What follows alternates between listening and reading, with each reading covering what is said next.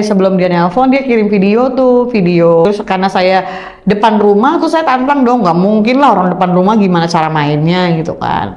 Terus yang biasanya dia pulang bawa mobil, dia nggak pakai mobil, dia pakai motor kantor. Jadi sebelum dia sampai di rumah, dia telepon saya untuk bukain pagar kan.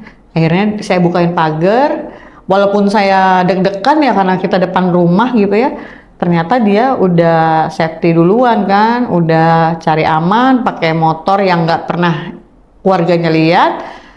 Dia masuk ke garasi saya dengan pakai helm, pakai jaket juga bukan yang seperti yang dia punya, sehingga nggak ada yang tahu. Sampai dia masuk ke dalam garasi, saya tutup pintu garasi. Ya sudah, akhirnya kita bermain di rumah gitu, melakukan itu.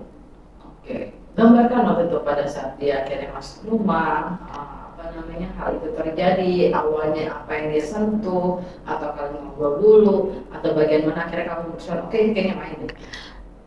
Masuk ke rumah, buka helm, langsung narik saya ke ruang tamu, ya disitulah kita mulai.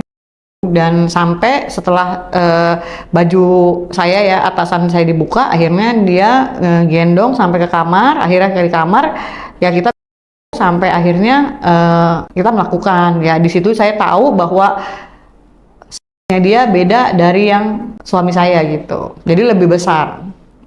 Besarnya atau diameternya atau warnanya? Size-nya otomatis diameter dong, secara bukan panjangnya tapi size-nya beda dari suami saya. Itu kejadian mana, makan siang atau apa? Kan pagi lepas piket. Terus berapa jam? Gue nyuruh 30 menit, terlalu 30 menit. 30 menit satu ronde atau emang? Iya, satu ronde.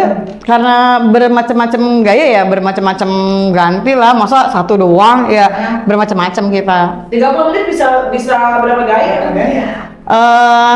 Pertama dari dia dulu di atas, kemudian saya di atas, terus ada karena kan habis itu dia langsung langsung balik lagi ke kantor dong. Karena kan dia harus ngambil mobil, harus ganti atribut lah ibaratnya supaya keluarganya nggak tahu. Karena kan bener-bener depan rumah.